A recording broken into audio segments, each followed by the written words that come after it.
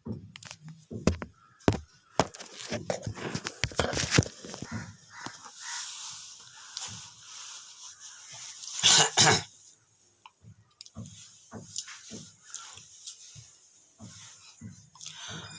باللہ من الشیطان الرجیم، بسم اللہ الرحمن الرحیم۔ جو اللہ سے محبت رکھنے والے ہیں یا جنہیں یہ تمنا ہے کہ جو کائنات کا مالک ہے اس تک ہماری رسائی ہو جاتی، یا جنہیں یہ تمنا ہے کہ اسے ہم سے محبت ہو جاتی اور ہمیں اس سے ہو جاتی، میں ان سبھی لوگوں کی خدمت میں سلام عرض کرتا ہوں، چاہے بڈھے ہوں، چاہے جوان ہوں، چاہے نوجوان ہوں، چاہے بچے ہوں، چاہے عورتیں ہوں اور چاہے جوان ہوں، چاہے لڑکیاں ہوں، مگر جنہیں تمنا یہ ہے کہ اللہ ہم سے محبت کرتا اور ہم اللہ کی محبت کرتے اور ہماری رسائی اللہ تک ہو جاتی۔ یہ پہلی بات ہے کہ میں سب عوام الناس کو سلام کرتا تھا، مگر آج انہی خاص لوگوں کی خدمت میرا سلام ہے، چاہے وہ ہندو ہوں، چاہے وہ مسلمان ہوں، چاہے وہ سکھ ہوں، چاہے وہ عیسائی ہوں، چاہے وہ جین ہوں، چاہے وہ پارسی ہوں، چاہے وہ بدھ ہوں وہ انسان جو اپنے پیدا کرنے والے کی کھوج میں ہوں اور اس کی رسائی کے طلبگار ہوں اور اس کی محبت میں سب کچھ قربان کر دینا چاہتا ہو، ان سب کی خدمت میں میرا سلام ہے۔ آج کا موضوع ہے اللہ، رسول، پیر اور خود، یعنی آج کا موضوع ہے اللہ، پھر ہے رسول، پھر ہے پیر، پھر ہے بذات خود۔ تو پہلے کچھ اللہ کے بارے میں بات کروں گا، یعنی سورہ یونس کی 11ویں سورت ہے، تھوڑا سا پڑھیں گے آپ کو مل جائے گا۔ اللہ تعالیٰ فرماتا ہے اللہ تعبدوا الا اللہ، یعنی اللہ کے معنی ہیں مت کرو، یعنی اللہ کے معنی کیا ہیں؟ اگر آپ کہیں گے اللہ تو معنی کیا نکلیں گے؟ مت کرو۔ اگر آپ کہیں گے اللہ تو اب معنی آئیں گے اللہ کے، یا آپ کہیں گے اللہ ہو تو معنی آئیں گے اللہ ہو کے۔ آپ کتاب میں اللہ کی کہیں بھی دیکھ لو، جہاں کہیں بھی اس نے اپنا نام لیا ہے اللہ ہو ہی کیا ہے، اللہ لا الہ الا هو الحی القیوم، اللہ علی کل شیء قدیر، جہاں کہیں بھی اس نے نام لیا ہے اپنا تو اللہ ہو ہی کہا ہے، خالی اللہ نہیں کیا۔ تو خالی لفظ اللہ کے معنی ہے مت کرو۔ تو سورہ یونس کی 11ویں آیت ہے، اس میں خود پڑھ کے دیکھ لو، تھوڑا سا آگے چلو گے مل جائے گا۔ یعنی ارشاد ہو رہا ہے اللہ تعبدو، اس کا مطلب یہ مت کرو عبادت، یعنی اللہ تعبدو جس کا مطلب یہ مت کرو عبادت، الا اللہ مگر اللہ کی کرو۔ کیا مطلب؟ اللہ تعبدو الا اللہ، مت کرو عبادت مگر اللہ کی۔ اب جیسے بہت سے آدمی ہے تو لگاتے نہیں ہیں، اللہ اللہ کرتے رہیں، وہ بے معنی ہو جاتا۔ اب میں تمہیں لفظ اللہ کے معنی بتاتا ہوں۔ لفظ اللہ کے معنی کہ ہے مگر ہے کے علاوہ کچھ نہیں ہے، یعنی وہ کوئی شے، کوئی پدارتھ، کوئی وستو، کوئی چیز نہیں ہے تو وہ اللہ ہے۔ لفظ اللہ کے معنی کیا ہیں؟ یعنی ہے مگر وہ کوئی شے نہیں ہے۔ کیوں کہ جب اللہ ہی تھا، ایک بار میری زندگی میں ایسا ہوا کہ میری عمر قریب 15-16 سال کی ہوگی، مراقبے میں بیٹھا تھا، آواز آئی کہ اللہ اللہ ہو کے کچھ نہیں اور خدا خود ہو کے سب کچھ ہے۔ بھائی میں بڑا چکرایا، میں بڑا پریشان ہوا، اور دماغ تھا نا، بابا موجود تھے کہ بابا سے پوچھ لیتا۔ ارے میں نے سوچا یہ لایانی آواز ہے، اس کا کوئی مطلب نہیں، لیکن جب میں پورے واقعات سیر تیر سے گزر گیا تو میری سمجھ میں آ گیا، یعنی اللہ ہو کے معنی ہے جب، اور تو وہ آواز تھی اللہ ہو کے بھی کچھ نہیں اور خدا ہو کے سب کچھ ہے۔ تو اللہ ہی اللہ جب تھا تو سوائے اللہ کے کچھ بھی نہیں تھا، یعنی جب اللہ ہی اللہ تھا تو کچھ بھی نہیں تھا، نہ زمین تھی، نہ آسمان تھے، نہ فرشتے تھے، نہ انسان تھے، نہ چاند تھے، نہ سورج تھے، کچھ بھی نہیں تھا۔ اور جب کچھ بھی نہیں تھا تو وہ کیا تھا؟ جب اس نے بندہ بنایا تو وہ خدا کہلایا۔ کون؟ وہی اللہ۔ جب اس نے بندہ بنایا تو اس کا نام پڑا خدا۔ اب اسے خدا بھی کہیں، رام بھی کہیں، رحیم بھی کہیں، رحمان بھی کہیں، واہ گرو بھی کہیں، بہت سارے نام ہو گئے۔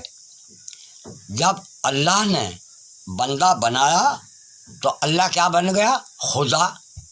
اور جب خدا نے بندہ بنایا تو بندہ بنانے کے لیے اس کا نام خالق بھی ہو گیا، یعنی پیدا کرنے والا، اس کا نام رب بھی ہو گیا، یعنی پالنے والا، اس کا نام کریم بھی ہو گیا، یعنی کرم کرنے والا، اس کا نام رحیم بھی ہو گیا، یعنی رحم کرنے والا، اس کا نام قہار بھی ہو گیا کہ قہر کرنے والا، اس کا نام جبار بھی ہو گیا کہ جبر کرنے والا۔ تو سارے نام اس کے کب بنے؟ جب اس نے بندے کو پیدا کیا، یعنی اللہ نے بندہ پیدا کیا تو اس کا نام ہو گیا خدا، رحمان، رحیم، ایشور، گاڈ اور واہ گرو، لیکن ہے وہی ذات۔ اب سنیے، جب اللہ ہی اللہ تھا اور اللہ کے سوا کچھ بھی نہیں تھا، نہ ہم تھے، نہ تم تھے، نہ کوئی اور تھے، سوچ کے ہر ایک آدمی دیکھے کہ اگر میں نہ ہوتا، ہر آدمی سوچ لے جو بھی جہاں بیٹھا، اگر میں نہ ہوتا تو بھیا کچھ بھی نہ ہوتا، یعنی سب کچھ ہو کے بھی کچھ نہ ہوتا۔ یعنی اگر ہر ایک آدمی سوچے کہ اگر میں نہ ہوتا، میں ہی سوچوں میں نہ ہوتا تو بابا میرے لیے نہ ہوتا کچھ بھی، حالانکہ اللہ ہوتا مگر نہ ہوتا، زمین آسمان ہوتے مگر نہ ہوتے۔ تو کسی نے شعر کہا ہے، عشق کی واردات کچھ بھی نہ تھی، عشق کی واردات کچھ بھی نہ تھی، بڑھ گئی بات بات کچھ بھی نہ تھی، ڈبویا ہے مجھے میرے ہونے نے، میں نہ ہوتا تو بات کچھ بھی نہ تھی۔ ارے بھائی اگر میں نہ ہوتا تو کچھ بھی بات نہ تھی، چاہے کچھ بھی ہوتا رہتا دنیا میں۔ اس کا ہے یہ مطلب۔ تو لفظ اللہ کے معنی ہیں کہ وہ ہے، اور ہے کے علاوہ وہ کوئی شے، وہ کوئی چیز نہیں ہے۔ ہے تو کیا ہے؟ اللہ ہے، یعنی اس کا ہونا، اور اس کا ہونا کیا ہے؟ وہ ہمیشہ سے ہے، وہ آج بھی ہے اور ہمیشہ رہے گا۔ تو آج کا موضوع کیا ہے؟ اللہ۔ دوسرا موضوع کیا ہے؟ رسول۔ تیسرا موضوع کیا ہے؟ پیر۔ چوتھا موضوع کیا ہے؟ خود۔ تو اللہ تعالیٰ اپنے بندوں میں سے کسی بھی ایک بندے کو ایسا بناتا ہے کہ وہ اس کی تجلیاں اس کا قلب اوٹھتا ہے۔ اگر اللہ تعالیٰ اپنی تجلی برملا پوری کائنات پر ڈال دے تو کچھ بھی نہیں رہنا۔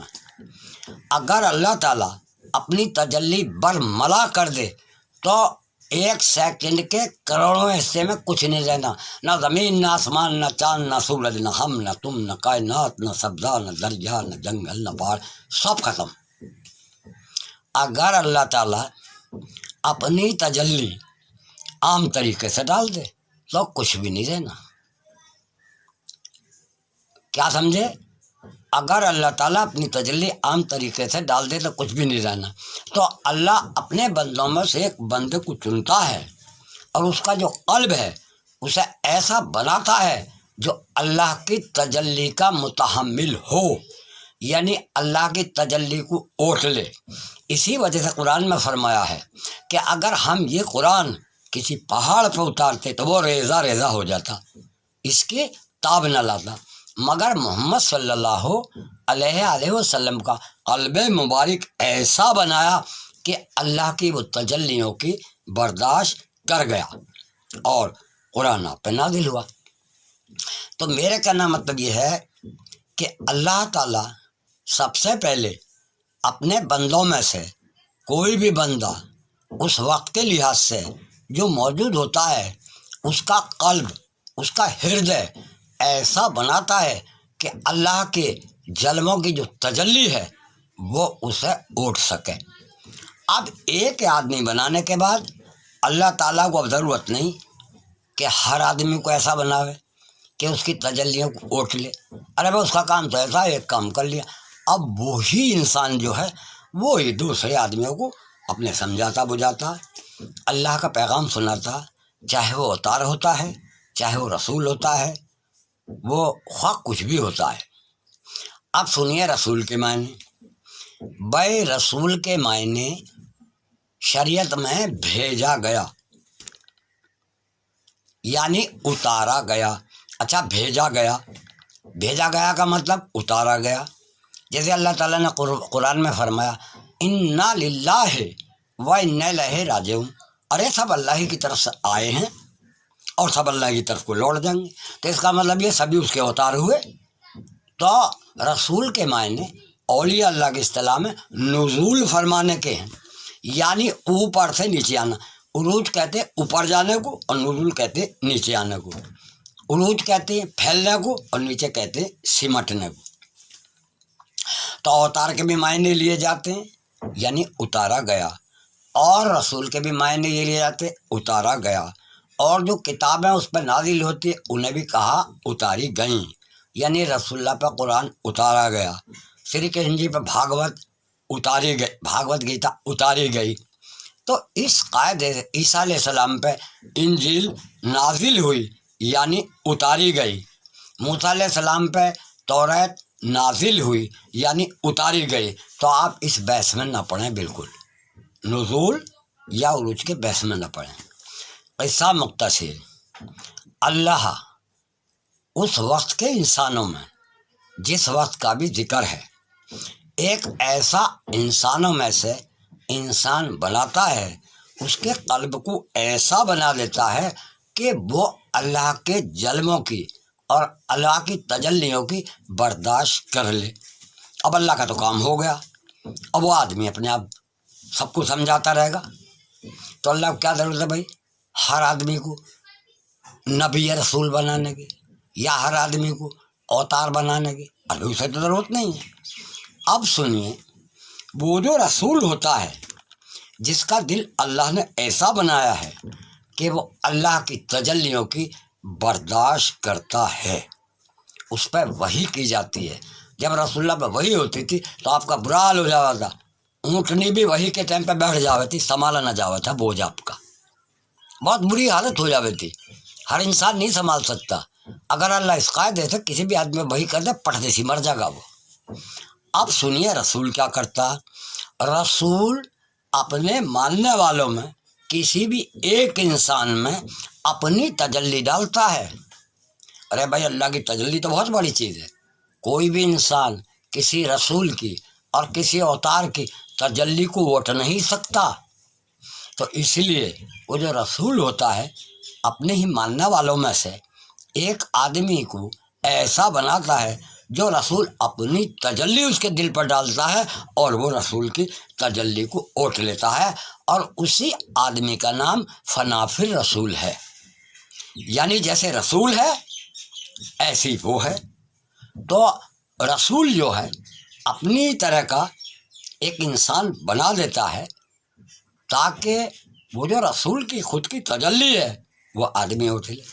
اب دیکھیے، اگر رام ہر کسی پر تجلی ڈال دے آدمی مر جائے گا. کرشن جی اگر کسی پر اپنی تجلی ڈال دے تو ختم ہو جائے گا. محمد صلی اللہ علیہ وسلم پر اگر ڈارس کسی پر اپنی تجلی ڈال دے تو بھی نہیں جانا. ارے آپ یہ سمجھ رہے ہیں شکل صورت ہماری یہ رسول کی نہ ہے. یہ جو کچھ ہم دیکھ رہے ہیں جہاں تک دیکھ رہے ہیں یہ سب رسول ہے. زمین، آسمان، چاند، سورج، ستارے، دریا، جنگل، پہاڑ، جو کچھ بھی ہے جسے ہم دیکھتے ہیں یا جسے ہم محسوس کرتے ہیں یہی رسول کا اصلی چہرہ ہے، نہ کہ وہ.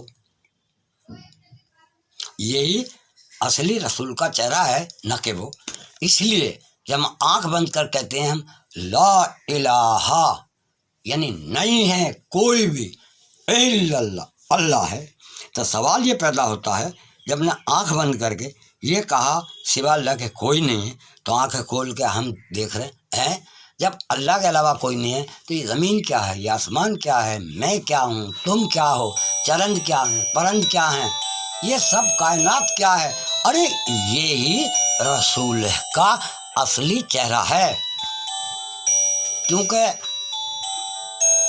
اللہ تعالیٰ ارشاد فرماتا، یعنی رسول اللہ خود فرماتے ہیں انا من نور اللہ، میں اللہ کے نور سے ہوں اور باقی جو مخلوق میرے نور کا ظہور ہے، یعنی اللہ نے اسی نور سے، وہ بھی نور جس وقت جس اوتار کا ہے، جس رسول کا ہوتا ہے، اسی نور سے اس نے زمین بنائی ہے، مطلب وہی نور زمین کی صورت میں دکھایا، وہی آسمان کی صورت میں دکھا، وہی پانی کی صورت میں دکھایا، وہی خشکی کی، وہی ہوا کی، وہی آگ کی، ہر رنگ ہر روپ میں اسی نور کو دکھایا جسے ہم اپنی آنکھوں سے دیکھتے ہیں۔ فون آ گیا تمہارا، ارشاد نام بتا رہے ہیں، ہلو دلی سے۔ ارے بھائی ارشاد بھائی، ہاں اس وقت بات کرنے کا موضوع نہیں ہے، دیکھو کیونکہ اس ٹائم میں۔ اب ارشاد بھائی تم بتاؤ کہاں کے رہنے والے ہو؟ دلی دلی میں کہاں سے؟ تو کر لے بات۔ تو آپ کا کیا مطلب ہے؟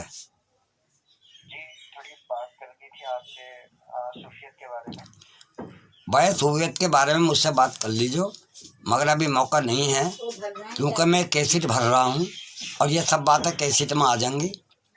آپ کم سے کم بھی نہیں، کسی بھی دن 11 بجے کے بعد میں دن کے 11 بجے تک پڑھتا رہتا ہوں، اور 11 بجے کے بعد 5 بجے تک آپ کبھی بھی بات کر سکتے ہیں۔ اس وقت میں معافی چاہوں گا، خدا حافظ۔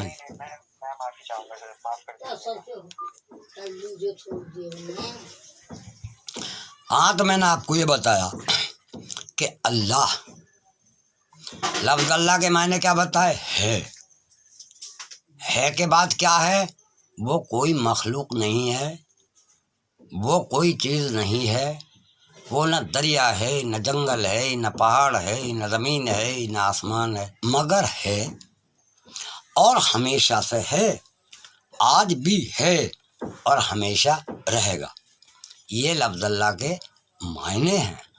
اور سورہ یونس کی 11ویں آیت میں اللہ تعالیٰ خود ارشاد فرماتا ہے کیا؟ اللہ تعبدو، یعنی مت کرو عبادت، مت کرو بندنا، مت کرو پوجا، مت کرو پرستش، الا اللہ، مگر اللہ کی کرو۔ یہ اس کا مطلب ہے۔ تو میں نے بتایا جب اللہ تعالیٰ اپنے ان انسانوں میں سے کسی انسان کو کے دل کو، قلب کو ایسا بنا لیتا ہے کہ اللہ کی تجلیوں کو اوٹ سکے، اس آدمی کے ذریعے سے سب کو سمجھا دیا جاتا۔ تو اللہ میاں کیوں پڑے جس چکر میں کہ تم اربوں ہو کروڑوں ہو، ہر آدمی کو تو دل ایسا نہیں بنانا۔ بھائی اللہ کا تو کام چل گیا، اب وہ آتا ہے اور نصیحت کرتا ہے، آپ کی مرضی ہے، آپ اسے رسول مانیں یا نہ مانیں، یا اس کی نصیحت پر چلیں یا نہ چلیں، یہ رہا اختیار آپ کا۔ دوسرا سنو، ایک رسول آتا ہے، جب ایک رسول آتا ہے تو اس وقت کے جتنے بھی انسان ہیں وہ اس کی امت کہلاتے ہیں، چاہے وہ اس پہ ایمان لائیں یا نہ لائیں۔ بھائی 2 قسم کے ہوتے ہیں، ایک تو وہ ہوتے ہیں جو اس پہ ایمان لے آئے، اس کا یقین کر لیا، ایک وہ ہوتے ہیں جو نہیں لائے۔ اب جو نہیں لائے تو یقین کرنے والے انہیں دعوت دیتے ہیں، انہیں بتاتے ہیں۔ تو 2 طرح کے آدمی ہو گئے، ایک تو وہ جو یقین لے آئے، ایک وہ جو نہیں لائے۔ اب جو نہیں لائے انہیں وہ دعوت دیتے ہیں، انہیں بلاتے ہیں اچھا کی طرف، جو ایمان نہیں لائے۔ اب ان میں سے بھی کچھ لوگ ایمان لاتے ہیں، کچھ لوگ انکار کرتے ہیں، لیکن وہ سب اس رسول کی امت کہلاتے ہیں۔ اب اس کے اسلام آ گیا دوسرا رسول، اب اس رسول کی ولایت ختم ہوئی۔ اب جو دوسرا رسول آیا ہے، اب جب تک دوسرا رسول نہیں آنا اس کی ولایت رہے گی، نبی ہوگا اسی کے طور طریقے پہ چلے گا۔ اب آ گیا تیسرا رسول، اب اس کی ولایت ختم ہو گئی۔ اب جب اس کی ولایت ختم ہو گئی، اب آ گیا چوتھا رسول، اب اس کی ولایت ختم ہو گئی۔ اسی قاعدے سے سب سے آخر میں آئے محمد رسول مقبول صلی اللہ علیہ وسلم۔ اور جب وہ آ گئے تو اب سب محمد صلی اللہ علیہ وسلم کی امت میں ہیں، چاہے عیسائی ہوں، چاہے سکھ ہوں، چاہے جین ہوں، چاہے پارسی ہوں، چاہے مسلمان ہوں، سب محمد صلی اللہ علیہ وسلم کی امت میں مانے جاتے ہیں۔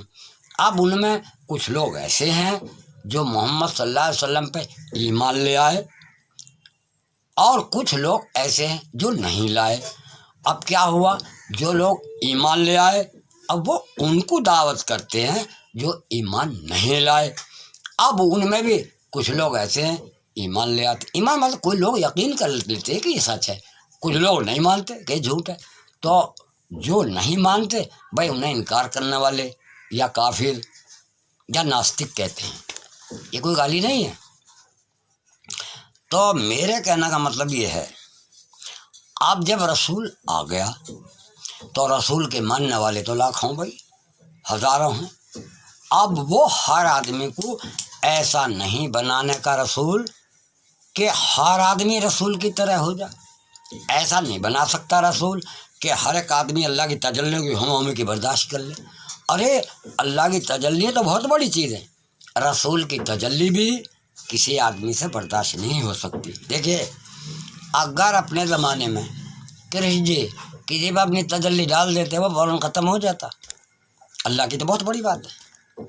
رام کسی پر اپنی تجلی ڈال دیتے وہ بھی نہ رہتا، وہ طرح طرح کے جلوے دکھاتے تھے، وراٹ روپ۔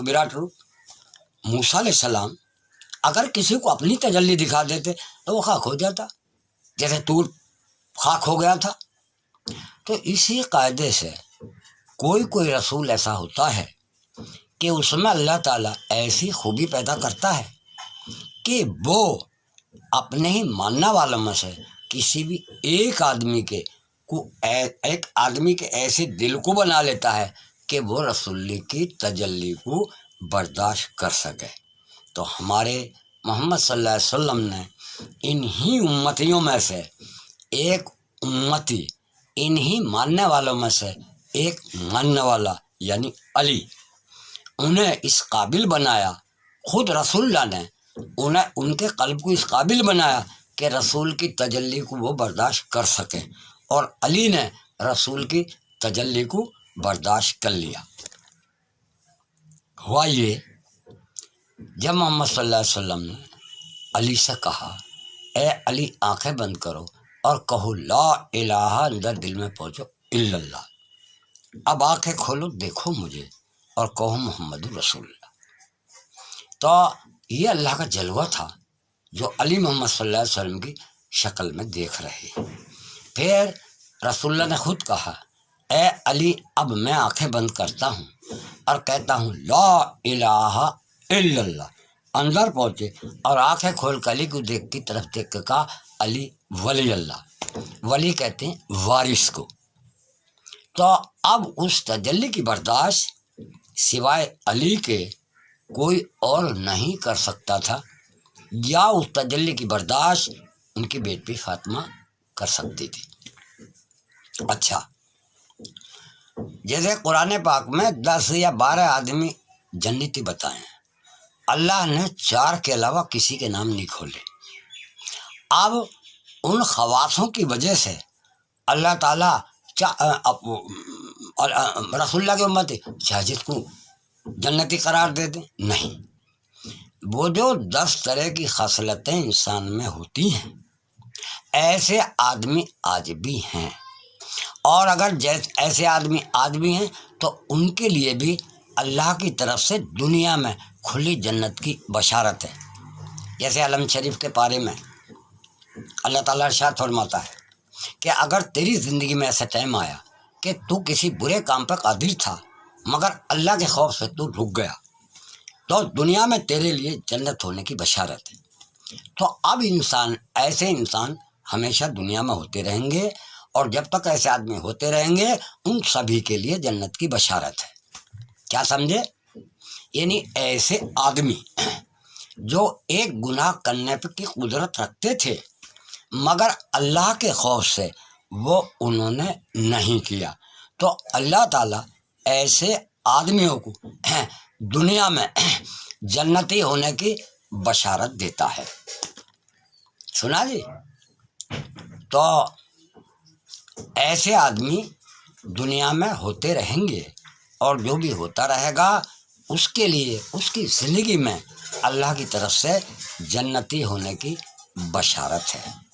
ایسے ہی جس آدمی نے اللہ کی محبت میں اپنے عزیز رشتہ داروں کو چھوڑ دیا ہوگا، اور وہ اس آدمی کو جسے اسے امید یہ تھی کہ اللہ مل جائے گا، اسے اپنا لیا ہوگا، تو اس میں زید ہی نہیں، ہر وہ انسان کو جنتی ہونے کی بشارت ہے۔ وہ زید ہی نہیں تھے جو رسول اللہ نے پال رکھے تھے، انہیں بھی جنت کی بشارت ہوگی۔ اب ایسے آدمی جتنے بھی پیدا ہوتے رہیں گے، ان کی زندگی میں ہی اللہ کی طرف سے جنتی ہونے کی بشارت ہے۔ اچھا، جیسے اصحاب صفہ تھے، اصحاب صفہ تو کہتے ہیں کہ عزیز رشتہ داروں کی دکھ تکلیفیں اٹھا کے سب کچھ چھوڑ چھاڑ کے اللہ کی تلاش میں گھر بار چھوڑ دیے ہیں، اور وہ ایک ایسی جگہ آ گئے ہیں جہاں انہیں کوئی اللہ کا راستہ بتانے والا ہے، جیسے اصحاب صفہ تھے۔ تو ایسے لوگوں کو بھی جنہوں نے اللہ کے لیے اپنے عزیز و اقارب، اپنے گھر بار سب کچھ چھوڑ دیے ہوں، اور تلاش میں کسی ایسے انسان کے پاس آ گئے ہوں جس سے انہیں امید ہی ہو کہ اللہ تک رسائی ہو جائے گی، تو وہ جنتی ہیں۔ ان کے لیے بھی اس دنیا میں ہی جنتی ہونے کی بشارت ہے، سمجھ گئے؟ تو ایسے ہی 10 طرح کے خواص رکھنے والے جو بھی انسان دنیا میں جب تھے، رسول اللہ کی موجودگی میں یا اب اور ہوتے رہیں گے، ان سبھی کو جنتی ہونے کی بشارت ہے۔ اب میں ایک کیسٹ میں ہر خصلت، ہر طرح کے آدمی کا ذکر کروں گا، پورے 12 کے 12 طرح کا، اور اس وقت آپ کو پتہ چل جائے گا کہ ایسے آدمی اس وقت بھی تھے اور آج بھی ہیں اور ہوتے رہیں گے، اور جو ایسے ہوں گے ان سبھی کے لیے ان کی زندگی میں جنتی ہونے کی بشارت ہے۔ اب سنیے، وہ 4 آدمی کون ہیں جن کے لیے رسول مقبول صلی اللہ علیہ وسلم نے خود جنتی ہونے کی بشارت دی؟ نہ ان جیسا کوئی تھا، نہ آج ہے، اور نہ ہوگا۔ یعنی جن لوگوں کے لیے محمد صلی اللہ علیہ وسلم نے ان کی زندگی میں 4 کے لیے بشارت دی، ان جیسا نہ کبھی کوئی ہوا، نہ آج ہے، نہ کبھی ہوگا۔ تو پہلے نمبر پہ ان میں محمد صلی اللہ علیہ وسلم جناب سیدہ فاطمہ زہرا کے لیے ارشاد فرماتے ہیں کہ یہ جنت میں جنتیوں کی سردار ہوں گی۔ تو ان میں ماہوا بھی ہیں، حضرت سائرہ بھی ہیں، حضرت وہ بھی ہیں، اور حضرت مریم بھی ہیں، لیکن آپ سبھی کے سردار ہیں، اور آپ کی زندگی میں نامزد جنتی ہونے کی بشارت ہے۔ ایسے ہی حضرت امام حسن اور حسین کے لیے اللہ تعالیٰ نے ان کی زندگی میں بشارت دی اور فرمایا کہ یہ جنتیوں کے سردار ہوں گے۔ اب چاہے کوئی نبی ہو، چاہے کوئی رسول ہو، اب جو جنت میں پہنچے گا اس کے سردار ہیں یہ، تو انہیں ان کی زندگی میں ہی اللہ کی طرف سے بشارت ہے۔ اسی قاعدے سے 4 آدمی ایسے ہیں جن کے نام کھول کے اللہ نے جنتی ہونے کی بشارت دی ہے۔ اس کے بعد وہ آدمی جن میں 10 طرح کی خوبیاں ہوں، 10 طرح کی خصلتیں اچھی ہوں، 10 طرح کے اوصاف ہوں، وہ اس وقت بھی جنتی تھے اپنی زندگی میں، اور وہ آج بھی جنتی ہیں، اور جب تک ہوتے رہیں گے وہ جنتی ہیں۔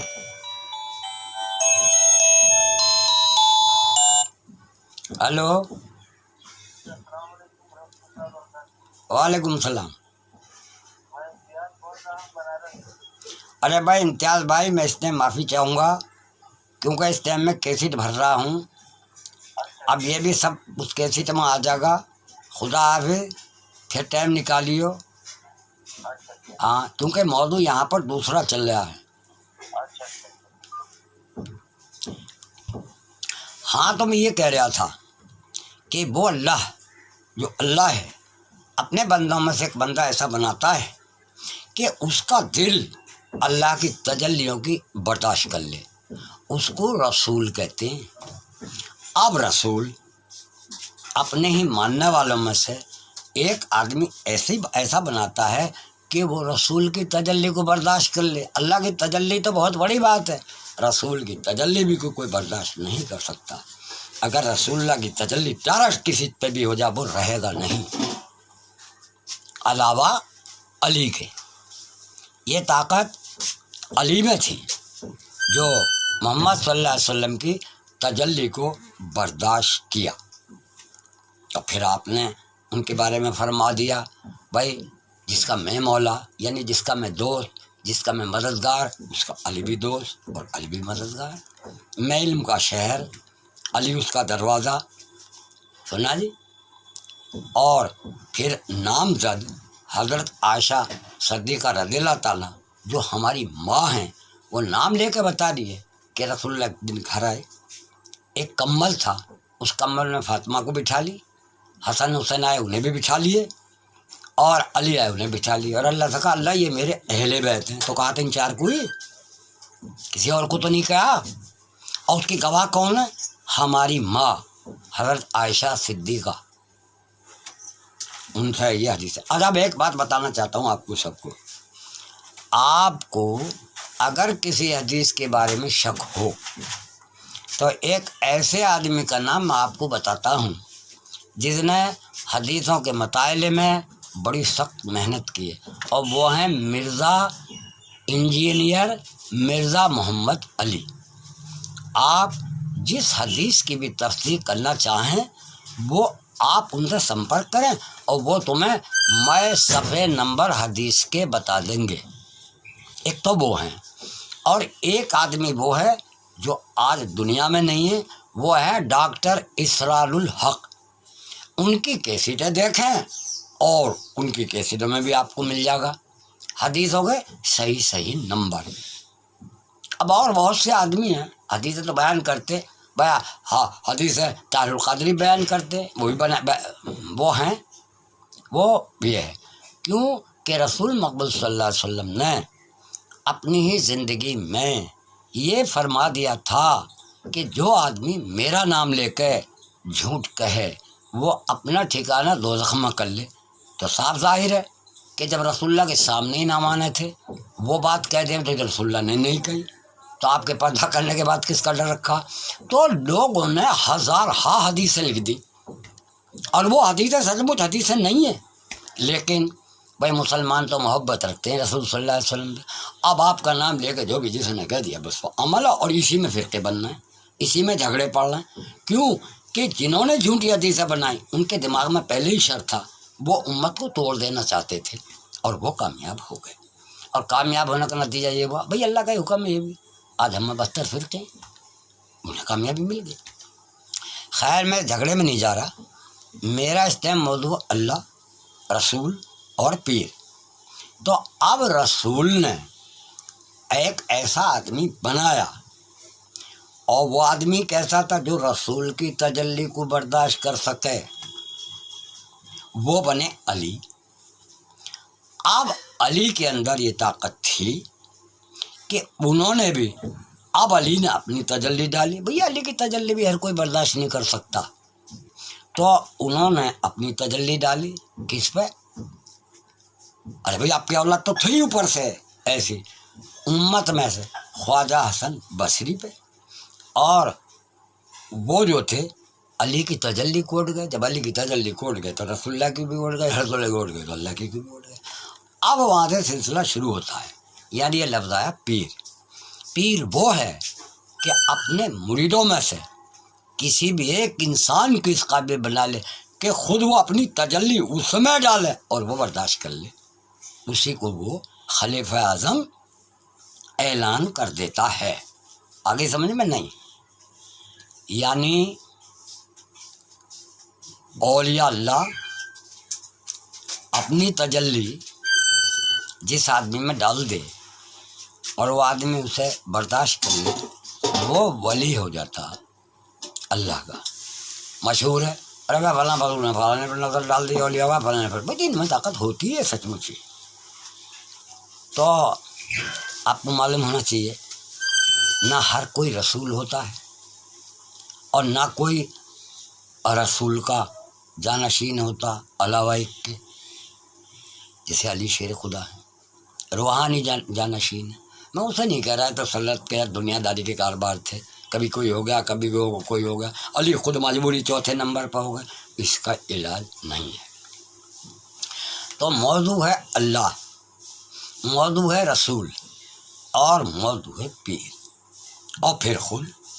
تو اگر آپ کو ایسا پیر مل جا کہ وہ پیر اپنے مریدوں میں سے، چاہے تم ہی ہو، اپنی تجلی ڈال دے اور اس تجلی کی تم برداشت کر لو، بس آپ فنا فی الشیخ ہیں۔ جیسے اگر پیر نے آپ پہ اپنی تجلی ڈالی اور آپ نے اس کی برداشت کر لی تو آپ تو ختم ہوئے، اب باقی رہ گئے فنا فی الشیخ سے۔ اب آپ نہیں رہے، اب آپ کا شیخ رہ گا آپ کی صورت میں، آپ کا جسم رہ گیا، اب آپ کے اندر آپ کے شیخ کا حکم چل رہا، تو آپ کو کہتے ہیں فنا فی الشیخ۔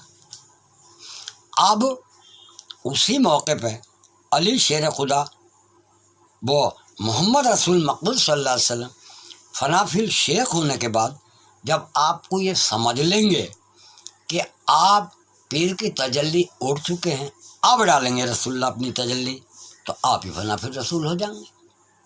پھر اللہ تعالیٰ جب یہ دیکھ لے گا کہ یہ آدمی رسول کی تجلی برداشت کر لیتا ہے اور اپنے شیخ کی تجلی برداشت کر لیتا، اب ڈال دے گا تم پہ اپنی تجلی، تو تم اپنے حال سے بے حال ہو جاؤ گے، فنا ہو جاؤ گے، آپ نہیں رہیں گے، دیکھنے کا جسم رہ جائے گا، آپ کی صورت میں خود اللہ ہوگا۔ اور یہیں پر فرمایا ہے کہ ایسے آدمی کا دیکھ لینا اللہ ہی کا دیکھ لینا ہے۔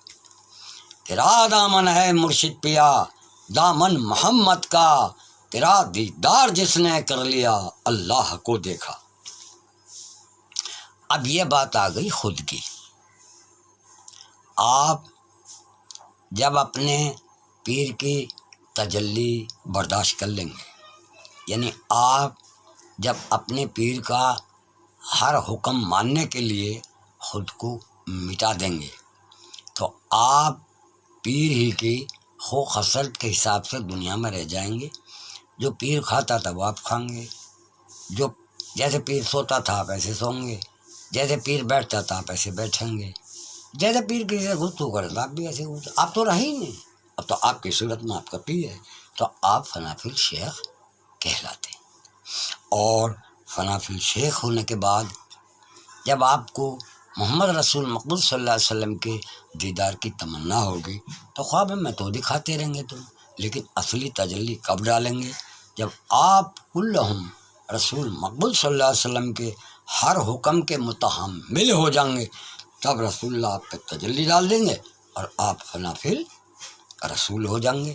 پھر اس کے بعد اللہ جب یہ دیکھ لے گا کہ اس بندے کا دل تو ایسے ہی بن گیا جیسا رسول کا، تو اللہ تعالیٰ اپنی تجلی تم پر ڈال ہی دے گا، تو آپ فانی فی اللہ ہو جائیں گے، آپ رہیں گے ہی نہیں، آپ کی شکل صورت دکھے گی، لیکن آپ کے منہ سے جو کلام کرے گا وہ اللہ کرے گا، آپ جو بھی حرکت کریں گے آپ نہیں کریں گے وہ اللہ کرتا ہوگا، تو آپ کا وہ کیا ہو جائیں گے؟ فانی فی اللہ۔ پھر اگر اس پہ آپ باقی رہے تو آپ سنیے، یہ ایک ایسا موڑ ہے کہ اللہ تعالیٰ کے دو کام، ایک کام تو یہ ہے کہ اپنے بندوں میں سے کوئی سا ایک بندہ لے کے اس کے قلب کو ایسا بنا دیتا ہے کہ وہ تجلی کا متحمل ہو جا، اور پھر اسی کے ذریعے سب انسانوں کو نصیحت اور رشد و ہدایت ہوتی ہے۔ لیکن اب آ جائیے اپنی طرف، اپنی ذات کی طرف۔ اگر آپ کو اپنی پہچان ہو گئی، جیسے کہ پیر بتاوے گا، جب آپ کو اپنی پہچان ہو جائے گی تو آپ کا دل ایسا ہو جائے گا کہ اللہ اپنی تجلی تم میں خود ڈال دے گا اور تمہارا کچھ نہیں بگڑنا، مگر اوروں کا بگڑ جائے گا۔ اگر اپنے جلال سے کسی کی طرف دیکھا تو اس میں آگ لگ جائے گی، اگر رحمت کی نظر سے دیکھا تو نہال ہو جائے گا، تو خود میں تاثیر ہو جائے گی تم میں۔ تو اس وقت تمہیں تمہارا مرشد ایسا بناوے گا، تم میں خوبیاں دیکھے گا، پہلے خوبی یہ دیکھے گا کیا تم لوگوں کے عیب چھپا سکتے ہو؟ جب تمہارے اندر یہ موجود ہو جائے گا مادہ کہ تم دوسروں کے عیب چھپا سکو. معلوم ہے تم اپنے عیب کب چھپاؤ گے؟ دوسروں کے عیب کب چھپاؤ گے؟ ارے تم دوسروں کے عیب جب چھپاؤ گے جب اپنے عیبوں پر نظر ڈالو گے. اور جب اپنے عیبوں پر نظر ڈالو گے سارے عیب تمہارے سامنے آ جائیں گے. اس وقت اللہ کو سجدہ کرو گے، اللہ تو کتنا رحیم ہے، تو کتنا کریم ہے، میں نے ایسے عیب کریں جو ایک بھی کھل جاتا ہے لوگ میرا کالا منہ کر کے نکال دیتے. تو آپ شکریہ کریں گے کائے کا؟ اس کی ستاری کا. جب آپ اپنے عیب آشکارا ہوں گے اور آپ اپنے آپ کو برا سمجھیں گے، وجہ کیا ہوگی؟ آپ کو جتنا اپنا معلوم ہے آپ کتنے روشن ضمیر ہو جائیے، دوسرے کا معلوم نہیں ہو سکتا. ارے یہ تو ہماری ناشکری ہے، اللہ نے ہمارے عیب چھپا لیے اور کسی کا عیب کھلا تو ہم اسے گانے لگے. یہ ایک واقعہ عیسیٰ علیہ السلام کے زمانے میں گزرا. ان کی ایک مریدہ، ان پہ ایک ایمان لانے والی حرام کریم پکڑی گئی. پھر کیا تھا بھائی، یہودی تو آپ کے خلاف تھے، 4-5 ہزار ملے اکٹھے ہو گئے. تو تورات میں حکم ہے اگر کوئی آدمی حرام کاری کرتا ہو پکڑا جا تو اسے پتھروں سے جن سے مار دے. تو آدمی آ گئے 5 ہزار. اب ان کا یہودیوں کے 2 مطلب تھے کہ اگر عیسیٰ اس ٹائم اپنی مریدنی کو نہ بچا سکے تو ان کی لین میں شامل نہیں ہونا کوئی، اور جو انہوں نے تورات کے خلاف کرا تو ہم کہیں تورات کے خلاف کر رہا، یہ نبی نہیں ہو سکتا. اور جو انہوں نے تورات کے مافک پتھراؤ کروایا تو یہ اپنے پتھروں سے چل جائے گی، سب کا دل ٹوٹ جائے گا، عیسیٰ پہ کوئی ایمان نہیں لانا تھا. تو عیسیٰ علیہ السلام نے یہ کہا بھائی اس میں پتھر ہے وہ مارے گا، جو کام اس نے کیا ہے وہ کام جس نے نہ کیا ہو. پھر ایک پتھر تھا سامنے، کہا دیکھو اس کی طرف. تو ہر آدمی اپنا عمل نامہ دیکھ رہا تھا، بچپن سے بوڑھا بھائی تک جتنی حرام کاریاں کری تھیں سارے پیچھے کو ہٹتے چلے گئے، وہاں کوئی بھی نہ رہا، وہاں ہے ایک بھی پتھر. ایسے ہی جب آپ اپنے اندر جاؤ گے اور اپنے عیبوں کو دیکھو گے تو پہلے تو اللہ کا شکر کرو گے. ایسا ایسا جب پاؤ گے کہ آپ میں لوگ گولی مار دیں، جلا کے پھونک دیں، مگر اللہ نے اسے چھپا لیا ہوگا. تمہیں اللہ کی محبت ہو جائے گی، اور جب تمہیں اللہ کی محبت ہو جائے گی تو پھر آپ دوسروں کے عیبوں کو چھپاؤ گے، نہ کہ اجاگر کرو. ایک بار ایسا ہوا محمد رسول مقبول صلی اللہ علیہ وسلم کے مجلس میں بہت اصحاب تھے. ان میں 4 یہ بھی تھے، حضرت ابو صدیق رضی اللہ عنہ بھی تھے، حضرت عمر فاروق اعظم رضی اللہ عنہ یہ بھی تھے، حضرت عثمان غنی یہ بھی تھے، علی یہ بھی تھے. تو رسول اللہ نے پوچھا اگر اللہ تعالیٰ آپ کو نعمت عظمیٰ دے، دیکھو نعمت عظمیٰ ہے کہ اللہ تعالیٰ تک رسائی ہو جائے اور اللہ کو اپنے بندے سے پیار ہو جائے، اللہ کہہ دے آج سے میں تیرا ہوں، اسے نعمت عظمیٰ کہتے ہیں. یعنی اللہ کہہ دے آج سے میں تیرا ہوں اور جو تو کہے گا وہی کروں گا، اسے نعمت عظمیٰ کہتے ہیں، ولایت کو. تو حضرت ابو صدیق بولے میں سچ بولا کروں گا، اس کے شکریہ. عمر فاروق اعظم بولے بھائی میں انصاف کرا کروں گا. حضرت عثمان غنی بولے میں خیرات کر کروں. علی بولے کہ میں لوگوں کے عیب چھپایا کروں گا. کیا بولے؟ میں لوگوں کے عیب چھپایا کروں. تو رسول اللہ نے کہا علی کا خیال سب سے اونچا، سب سے بہتر اور سب سے اعلیٰ ہے. تو آپ کو معلوم ہونا چاہیے اللہ کا حکم آیا ہے کہ آپ اپنے بھی عیب چھپائیں اور دوسروں کے بھی عیب چھپائیں. ہاں ظالموں کا ظلم نہ چھپائیں. کیا مطلب؟ عیب تو چھپائیں مگر ظالموں کا وہ ظلم نہ چھپائیں جو مظلوموں پر کرتے ہیں. یہ اللہ کا بھی حکم ہے، رسول کا بھی حکم ہے، اور سماج کا بھی حکم ہے، اور انصاف کا بھی تقاضا ہے. یہ سمجھ گئے؟ ظالم کا ظلم چھپانا نہیں ہے، آپ نہ ظالم کی مدد کرنی، ظالم کے مقابلے پہ اٹھ کھڑے ہونا، جان کی پرواہ کرنی نہیں. یہی ایمان کا تقاضا ہوگا. تو موضوع تھا اللہ، موضوع تھا رسول، موضوع تھا پیر، اور موضوع تھا خود. تو آپ کی سمجھ میں آ گیا ہوگا اللہ ایک ایسا انسان بناتا ہے جو اللہ کی تجلیوں کی برداشت کرے، وہ رسول کہلاتا ہے. رسول اپنی امتیوں میں سے ایک ایسا آدمی بناتا ہے جو رسول کی برداشت کرے، وہ ولی کہلاتا ہے. اور جو ولی بن جاتا ہے، ہر ولی میں طاقت ہوتی ہے کہ اپنے مریدین میں کو چاہے جس پر نظر ڈال کے اسے اپنا جیسا بنا دیتا ہے۔ اللہ اللہ خیر صلی اللہ۔ اور میں نے تمہیں بتا ہی دیا کوئی گرمی ہے کہ بھائی عشق کی واردات کچھ بھی نہ تھی، بڑھ گئی بات کچھ بھی نہ تھی، مجھے ڈبایا میرے ہونے میں، اور میں نہ ہوتا تو بات کچھ بھی نہ تھی۔ سمجھ میں آ گیا ہوگا، وہ گرمی اور آپ کی سمجھ میں یہ بھی آ گیا ہو کہ جب آپ اللہ کو یاد کریں تو ہے ضرور لگاؤں اللہ، خالی اللہ نہ کہیں، خالی اللہ کے معنی مت کرو۔ جیسے سورہ یونس میں اللہ تعالیٰ نے فرمایا اللہ تعبدو، مت کرو عبادت، الا اللہ، اللہ تعبدو الا اللہ، مت کرو عبادت مگر اللہ کی کرو۔ سمجھ میں آ گیا تمہارا؟ تو آپ جب اپنے قلب پہ اللہ کا نام لیں تو اللہ ہو کہیں یا اللہ ہو کہیں۔ ہو کہاں سے بنتا؟ جب آپ جو وہی ان لوگوں سے کہہ رہا ہوں جو پاسن فاس جنہیں تعلیم میں نے کیا یا جنہیں پاسن فاس تعلیم ان کے پیروں نے کیا، میں سب سے کہہ رہا ہوں جب ہمارا سانس قدرتی آیا تو زبان تالو سے لگا لی تاکہ تالو سے اللہ نہ کہیں، زبان سے اللہ نہ کہیں۔ جب ہمارا سانس گیا تو ہم نے سوچا ہمارے اندر اللہ ہے، ہو کے معنی وہ کے ہیں، اور جب باہر آئے تو ہو کہتے چلے، یعنی جو اللہ اندر ہے وہی باہر ہے۔ تو آپ کی منزل پار کائے سے ہوگی؟ جب سانس اندر جائے اللہ، اور جب باہر جائے ہو۔ اور جب آپ قلب کو کھولیں جیسے 10 منٹ کے میں نے طریقے بتائیں تو اللہ ہو اللہ ہو یا اللہ ہو یا اللہ ہو وہ کہیں۔ تو یہی مجھے بتانا تھا کہ اللہ، رسول، پیر، یعنی اللہ اپنے بندوں میں سے ایسا آدمی بناتا ہے جو اللہ کی تجلیوں کی برداشت کرے۔